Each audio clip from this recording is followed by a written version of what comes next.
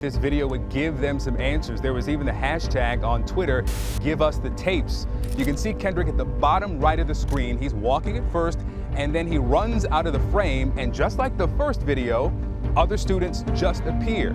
No explanation of how they got to that point. You don't see them walk in.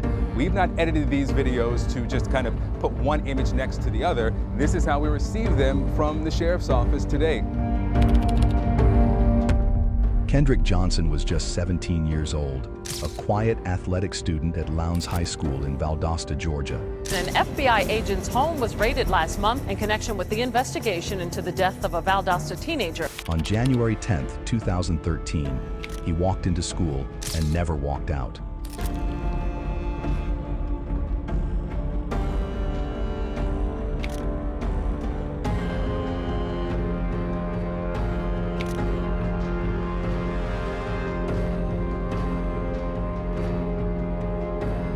The next morning, his body was discovered upside down inside a rolled-up wrestling mat. In my opinion, have been compromised. When they said he climbed inside the mat to get the shoes, I already knew that was a lie. His face was swollen. Blood had pooled beneath him. Authorities claimed it was a tragic accident, but Kendrick's family, they never believed it. Body parts are missing. Evidence is missing. I can't do this. I cannot do this. 911, where's your emergency? Yes, I'm calling. My son had come home from school. Kendrick Johnson. You know, she said, have you heard from Kendrick? 12 o'clock, I knew he was dead. The autopsy said Kendrick died of positional asphyxia, but questions began swirling. Why were his organs missing when the body was exhumed? Why did the school's security footage have a mysterious gap? Right side of your screen there, he's behind another student, and as soon as he runs out, you see that student disappears, and a couple of other students appear.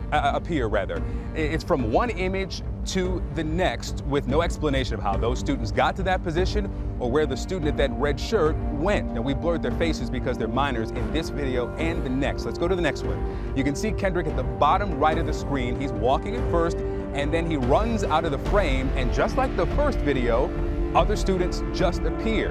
No explanation of how they got to that point. You don't see them walk in. And why did the sheriff's department rush to close the case? Kendrick's parents fought back.